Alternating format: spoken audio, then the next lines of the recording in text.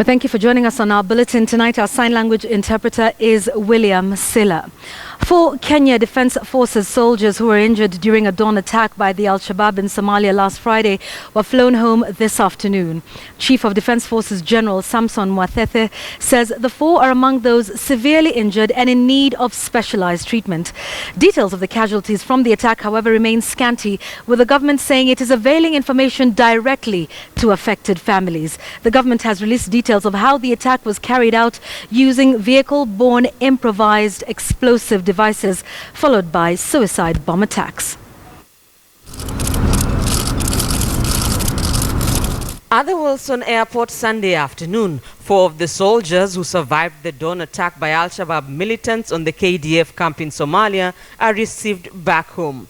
3 of them could walk unassisted. There are other soldiers who were injured who are still being held in Wajir. The ones that we have brought are the ones who are, worst hit. Our hospital in Wajir is dealing with them. If we think that they're not getting adequate attention there, we will definitely bring them here. Details on the number of dead, injured or still missing have not been forthcoming. The government says it is availing information on casualties directly to affected families. Please be patient. The information will be availed as soon as we can verify it. We are determined to bring our soldiers home. On the ground in Somalia, search, rescue and recovery efforts are still going on. The operation area remains dangerous, volatile and fluid, and our soldiers still remain at risk. Our priority now is to make sure that we conduct this search, rescue and recovery for the ones who are not in the camp but are elsewhere. We are trying to search for them, rescue them and recover them. With scanty details on the casualties, details are now emerging on how the attack on 2 co-located camps, a KDF camp and a Somali National Army camp, was carried out at dawn on Friday. There were 3 VBIDs, vehicle-borne IDs, which were driven into these camps. These were followed by a number of suicide attacks that came into the camp. And the closest indication of how many soldiers were affected is the statement by the Defense Cabinet Secretary.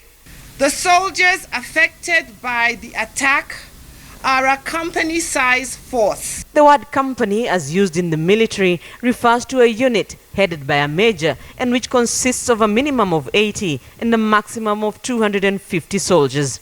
That the blood of our fallen heroes was not shed in vain.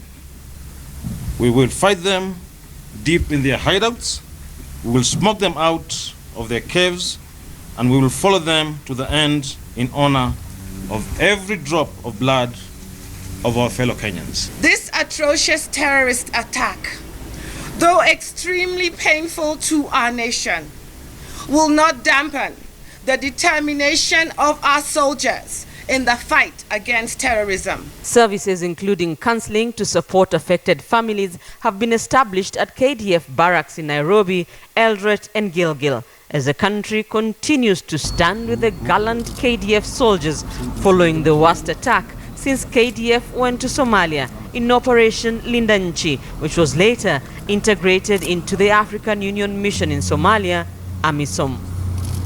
Rita Tinina, KTN News.